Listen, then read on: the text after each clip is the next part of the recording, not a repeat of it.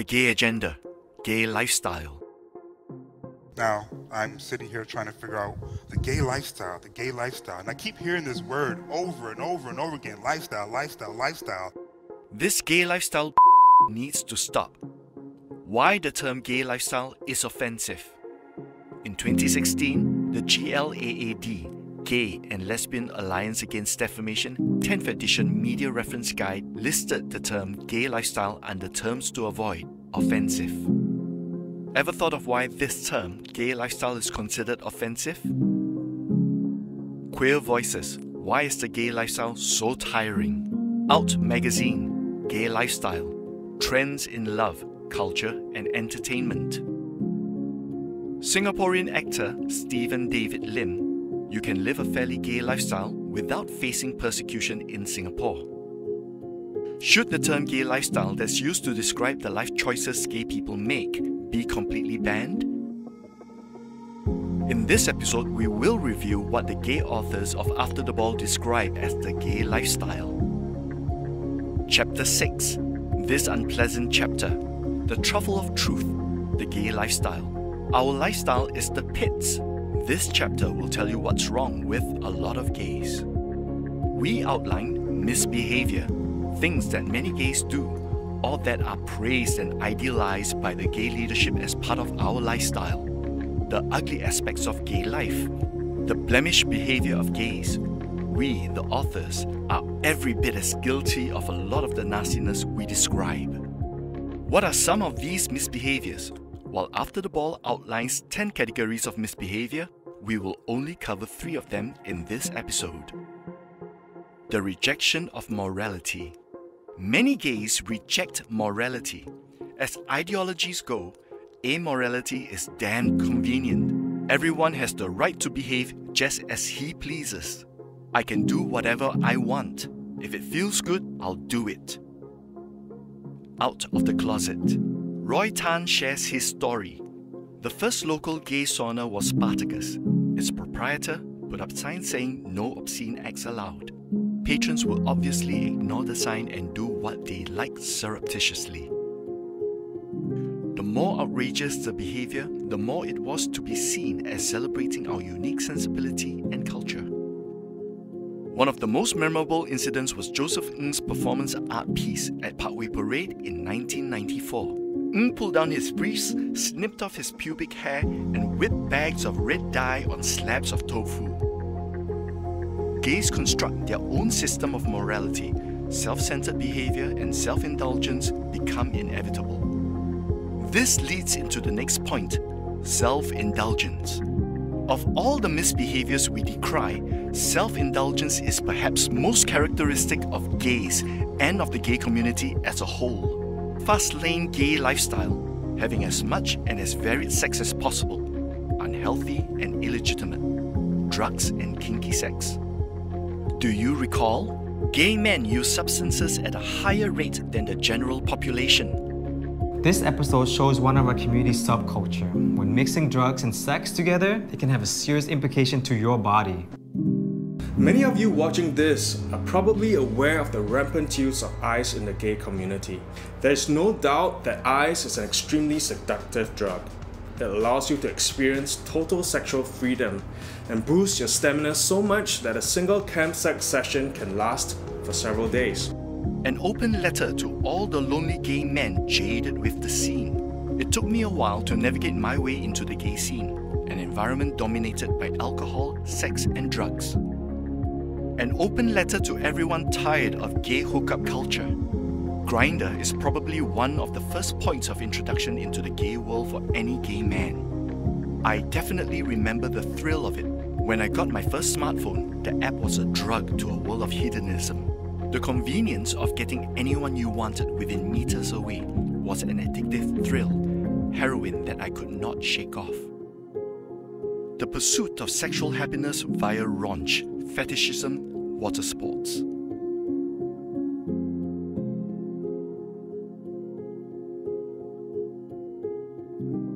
Ever heard of the event King Pink, 69 Shades of Pink, held in conjunction with Pink Dot? We are a discrete community-based group for the gays, bisexual, straight man, and the undecided for the interests of kink, fetish, and BDSM. Men only. Inside the underground world of BDSM in Singapore, the local BDSM community are connected via the Recon website. Recon is an online community of gay men interested in fetish and kink. Self-Indulgence. What are your views on this?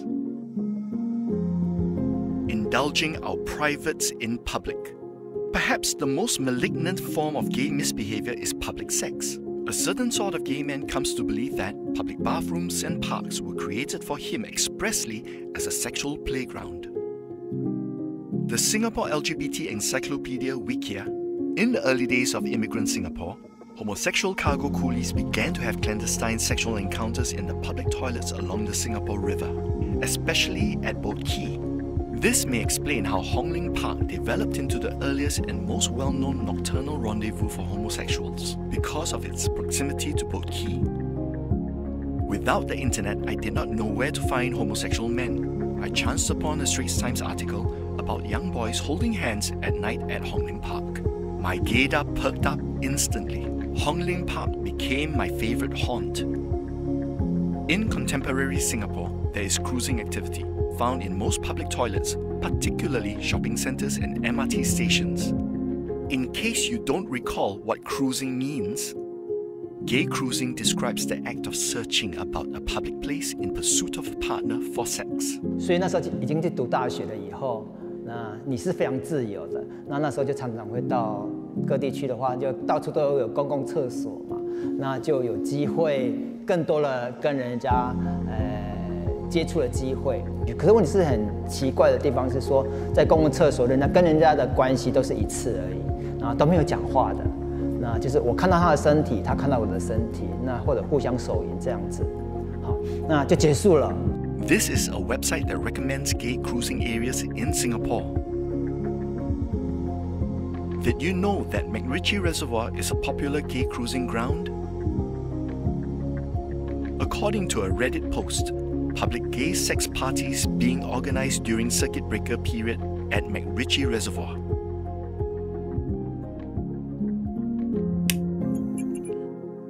Indulging our privates in public.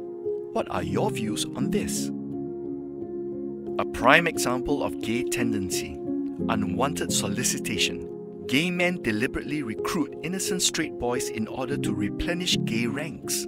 Such behaviour isn't at all uncommon. A young Singaporean recalls his first brush with homosexuality in a public toilet. I was struggling with homosexuality since at age 14. One day on my way home from church, I went to use the washroom at an MRT station. Suddenly I felt a man looking at me. So he grabbed me, brought me into a cubicle. He touched me. I was scared, but it felt good. When I went home, I felt lost, guilty, shame. Ever thought of how many young men or boys have been subject to unwanted solicitation, or how such incidents would impact their lives? Usually, I will meet these men in public toilets, mostly in their 30s. As a young teenager, I felt love and protection, something I've never felt before. I wanted to be wanted. I felt good that I was desired. They gave me money, gifts, and things I could not afford.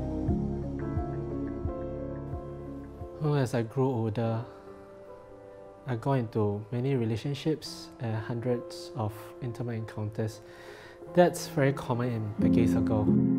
Ever thought of some reasons why men engage in such behaviour? I have everything I want, yet I feel that something is missing. Searching for something to fill the void. What these maladaptive behaviours reflect in common is the need to deny emotional pain. There was no happiness in it. There was just the desire for sexual pleasure. As the years progressed, I grew more disgusted with myself because I knew that my appetite and indulgences were not healthy for any normal human being. there was this black hole of emptiness that the sex could not fulfill. The more sex I had, the bigger this void grew. An open letter to gay men seeking quality connections. The lived weather forecast for many in our community is a constant shitstorm of ignorance, discrimination, shame, and persecution. Despite this pain, we keep going back, finding it hard to connect to community beyond apps, booze, and bars.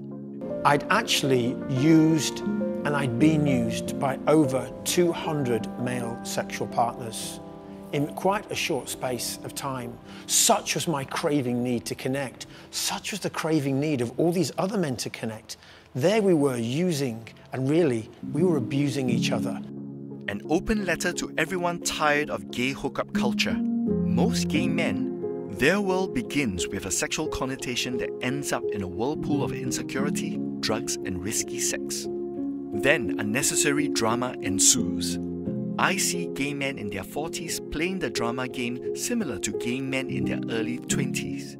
Is this how we crave for validation? Does it have to be this way for the community?